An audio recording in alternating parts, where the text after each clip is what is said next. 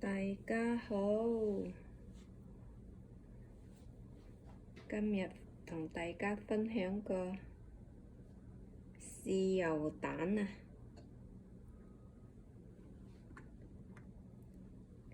大家食炒蛋、煎蛋炒得多啦嗬，唔知大家有冇食過豉油蛋呢？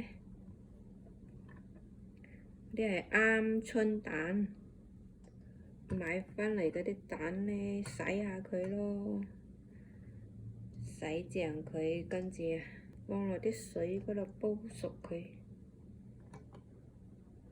凍水得㗎啦。雞蛋，因為呢之前我用豉油煲嗰個豉油雞啊，仲有好多豉油㗎嘛，係咪？所以我就煲幾隻蛋，攞返嗰啲豉油浸熟佢，等佢入啲味，冇嘥咗。開爐，煲熟咗之後呢，然之後剝咗啲蛋殼，就放落啲豉油嗰度浸啦。熟啦啩？不過都好快熟嘅啲蛋。跟住呢，裝啲凍水，將煲熟咗嗰啲蛋呢，滗過嚟，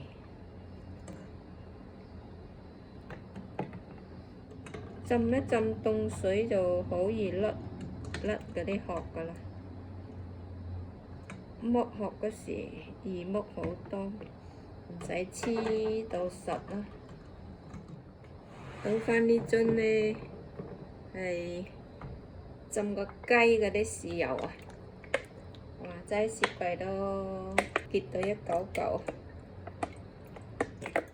煲返滾佢啦，先放啲蛋落去啦，倒晒落嚟啦。而家就將啲蛋剝咗殼佢，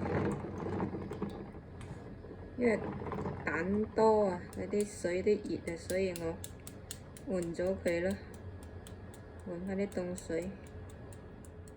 啲鵪鶉蛋呢啲殼好薄啊，都難搣少少，難剝。結果幾靚，呢個爆開煲嗰時，爆開咗冇咁好剝啊，啲皮嗰啲殼黐埋，咁個樣啊！我一啖食咗佢算啦，食佢。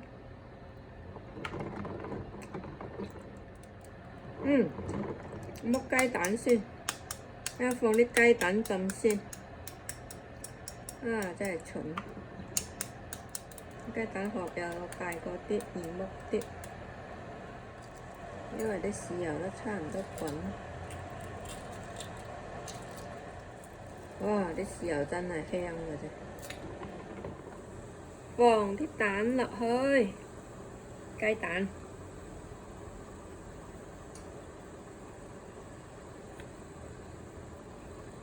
雞蛋少咗少少，得6隻。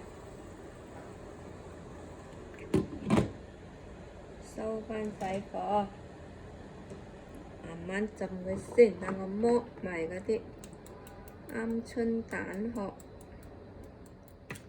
OK， 剝晒咯，蛋殼啊剝晒。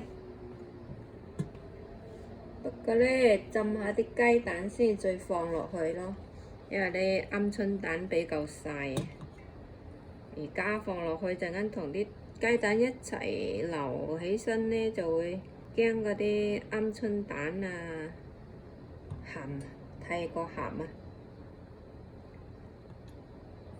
寧願唔夠鹹呢，就點豉油啫嚇，太鹹你真係冇得掹㗎咯喎！咁細粒嗰啲蛋啊，浸10分鐘都夠鹹咯，10分鐘都可能會鹹得滯，真係。浸7分鐘啦。好，依家放啲鵪鶉蛋落去，哇，嗰啲雞蛋都轉咗色咯喎！哎呦，哎，應該得啦，撈起佢啦，睇見好靚啊！你中意食鹹啲嘅，可以浸耐啲嘅。不過我驚鹹個頭，啲嘢鹹個頭咧會變苦嘅。OK， 流細啦，流晒出嚟啦。豉油蛋一碟，哇！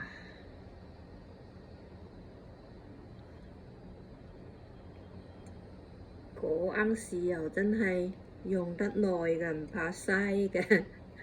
浸雞又浸雞翼排骨，依家又浸蛋，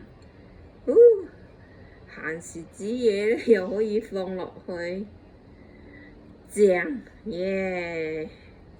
試一個蛋先，試個搣爛咗嘅鵪鶉蛋。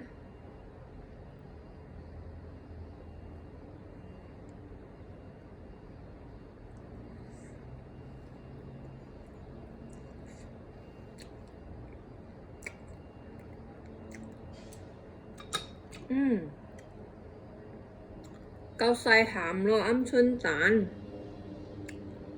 幾靚，見唔見啊？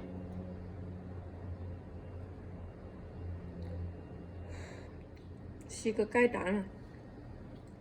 哇，鵪鶉蛋你真係冇浸咁耐嘅，我浸咗8分鐘，差唔多9分鐘啊，夠晒鹹。我試呢個，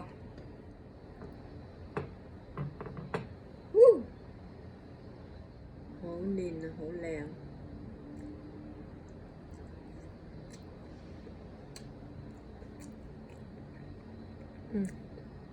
都夠啊，都夠晒鹹。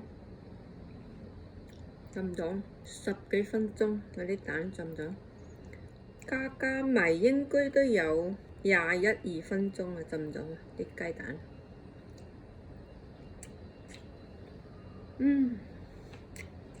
正，唔好浸咁耐啊！浸咁耐真係太鹹，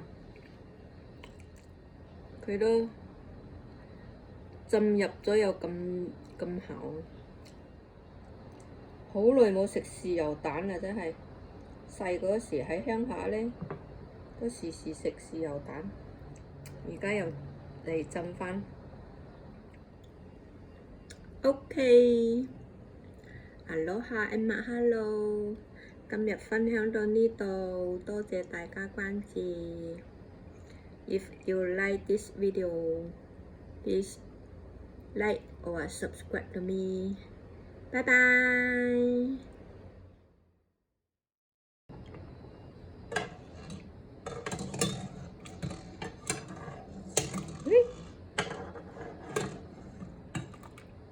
咁得意嘅個蛋。